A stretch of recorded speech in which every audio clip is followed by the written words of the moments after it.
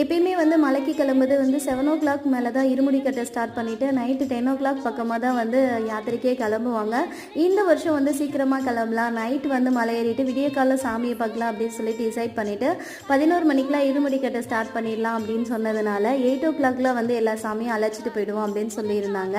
நாங்கள் வந்து early morning சீக்கிரமாக எழுந்திரிச்சிட்டு எல்லா ஒர்க் எல்லாம் முடிச்சுட்டு அதுக்கப்புறமேல வந்து சுவாமியை அழைக்க வரதுக்காக நாங்கள் வெயிட் பண்ணிட்டு இருந்தோம். ஐயப்ப சுவாமிக்கு வந்து அன்னதானம் பண்ணால் ரொம்ப ரொம்ப பிடிக்கும். அதனால எங்களால் முடிஞ்சது எப்பயுமே வந்து மலைக்கு கிளம்பும் போது அன்னதானமாக போடுவோம். இந்த வருஷம் வந்து புளி சாதமும் கேசரியும் தான் ரெடி பண்ணி வச்சுருந்தோம். எல்லா சாமிகளும் வீட்டுக்கு வந்து பாதாபிஷேகம்லாம் முடிச்சதுக்கப்புறம் அதுக்கப்புறமேல வந்து கோயிலுக்கு கிளம்பி போயாச்சு.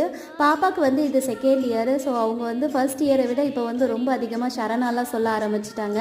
அவங்களுக்கு இருமுடி பையெல்லாம் ரெடி பண்ணதுக்கப்புறம் ஹஸ்பண்ட்க்கு ரெடி பண்ணிட்டு தம்பி வயிற்றில் இருக்கும் போதுலேருந்தே வந்து ஹஸ்பண்ட் வந்து ஒரு நெய் தேங்காய் எடுத்துகிட்டு போயிட்டு தான் இருக்காரு. மொத்தமாக 3 நெய் தேங்காய். இன்னொரு வீடியோவில் பார்க்கலாம்.